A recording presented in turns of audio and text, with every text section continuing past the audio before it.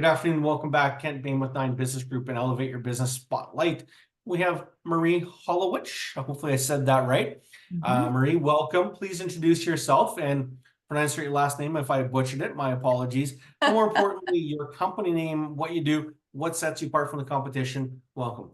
Sure. Thanks for having me, Kent. Hi, everybody. I am Dr. Marie Holowaychuk, and my business is Reviving Veterinary Medicine. I have been in this business for the last 10 years, and really my mission is to improve the mental health and well-being of veterinary professionals. And I do that by offering different workshops and webinars and educational programs, coaching, and various other services to really try and support veterinary owners and leaders, as well as veterinary team members, to hopefully have a thriving, long-lasting career in what can be a very challenging profession. I would say what differentiates me from the competition, there isn't a lot of competition, and I don't mean that to sound conceited or anything like that, but we've only really been talking about mental health and wellness in the veterinary space for about the last 10 years or so. And so I've been doing this for a while. Thankfully, there are more and more people that are talking about this and engaging in this space, especially those who come from the mental health professional arena, social workers, therapists, and so on.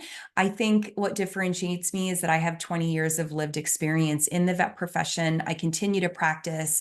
I have a plethora of experience that ranges from general practice to specialty, academic, and emergency room practice. So people really too tend to come to me because they know that I know what they are experiencing and have lived through these experiences and found ways to help myself, and also found ways to translate those tools into practical, actionable strategies for others.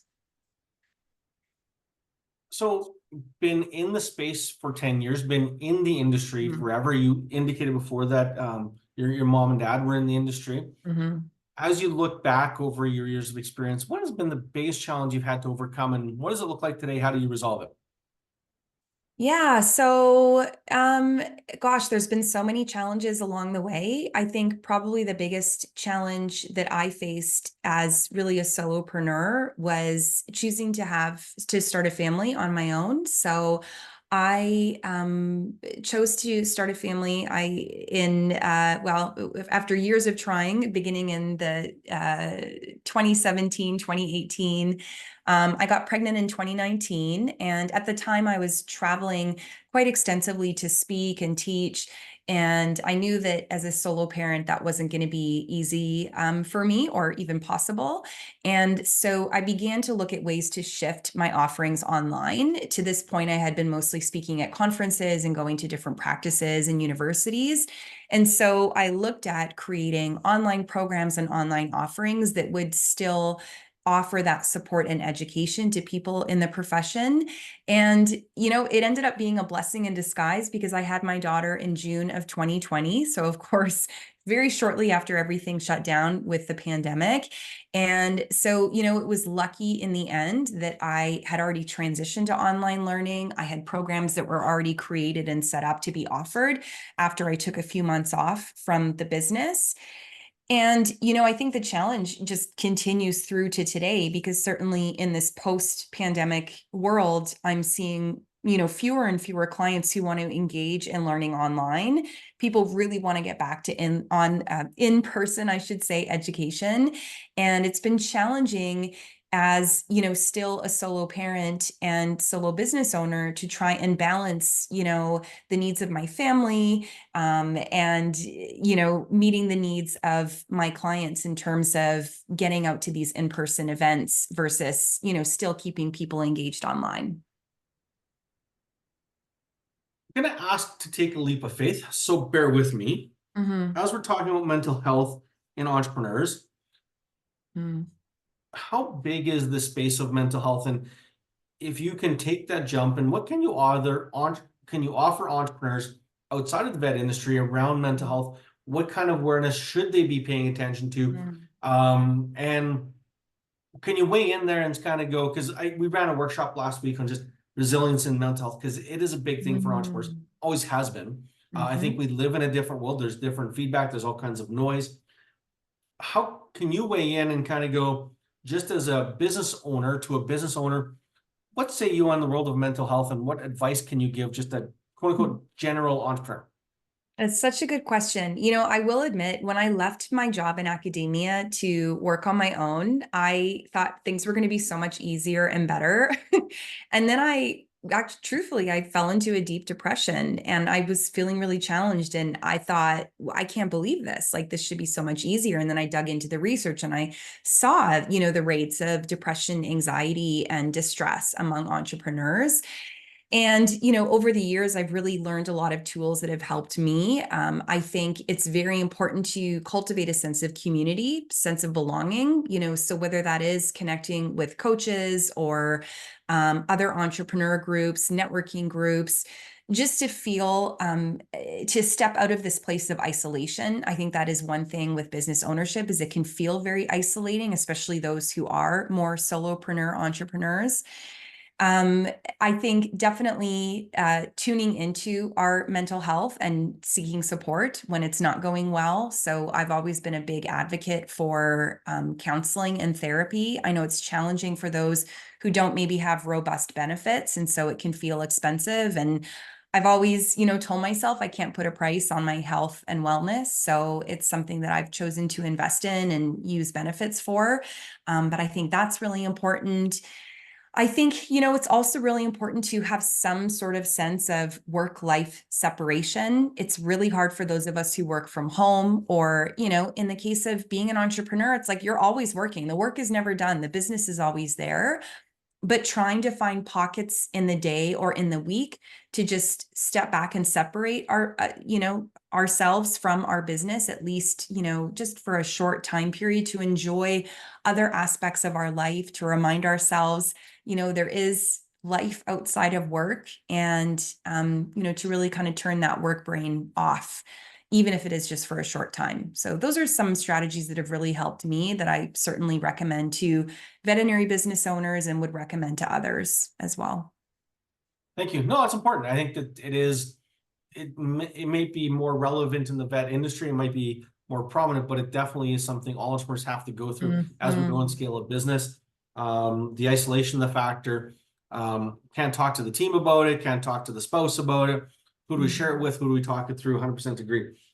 When you look back over years of experience, what is the greatest lesson you've learned? That one thing that you wish you would have known then that you know now?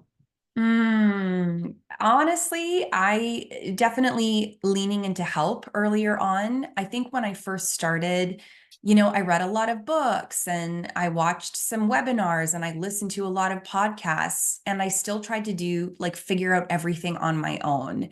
How am I going to do my marketing? How am I going to create this program and those sorts of things? I wish not just that I had a more robust network and community around me, but more so that I had leaned more heavily early on business coaches, assistants. Like, I took a long time to hire an assistant, thinking I can't afford it and that's going to be a big cost and I can just keep doing this myself. And I wish really early on that I had, even if just for like a few hours a week, that I had tapped into someone helping me and or offering insight or challenging me in some way in my business, that I wasn't so tunnel vision to think that I could just like muscle through it and figure it out on my own. I think that would be the biggest advice I would give.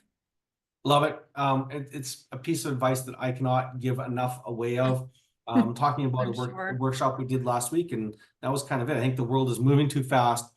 Something like 90 some percent, I think 97% of businesses fail in 40 months. Wow. 3.5 years is not a long time to, as you put it, muscle your way through and try and figure it out. Mhm. Months, years go by in blinks of an eye. So lastly, you have a unique perspective given the path you've chosen for your business, your life. How Mhm. do you define success? I think success for me at the end of the day is getting to meet my mission, to really help people in this profession. And that has to come with not being at the expense of my own mental health and wellness. So I think if I can hold those two together, if I can continue to take care of the people I'm trying to help, and move the needle forward for them. And if I can take care of my own mental health and well-being so that I can be a good mom to my daughter and, enjoy life for myself, that for me is what success looks like. Fantastic. So to wrap it up, obviously veterinarians who, we'll say even entrepreneurs, veterinarians, entrepreneurs who struggling with mental health, anxiety, insert whatever word you want here. Who should find you? And more importantly, where should they find you to reach out and learn what you do, learn more, and discover what you offer? Thank you, Kent. Yeah, people can find more about me at my website, marieholowaychuk.com. I'm also very active on LinkedIn, so I post a lot on there, strategies, tips, and tools for enhancing well-being. Most of these strategies apply to all professions. I speak mostly within the context of vet medicine, but I've certainly helped others in other caregiving and other fields as well. So I'm happy to have a chat if anybody wishes to reach out. Love it. Keep up the great work. It's value work. It's important work. And twofold, without entrepreneurs and without businesses, which really runs 97% of our world, we're nothing. We have nothing. And so taking care of them and helping them live their best life is near and dear to my heart because that's the same space I'm in. So thank you very much. Keep up the good work. Thanks, Kent. Appreciate it.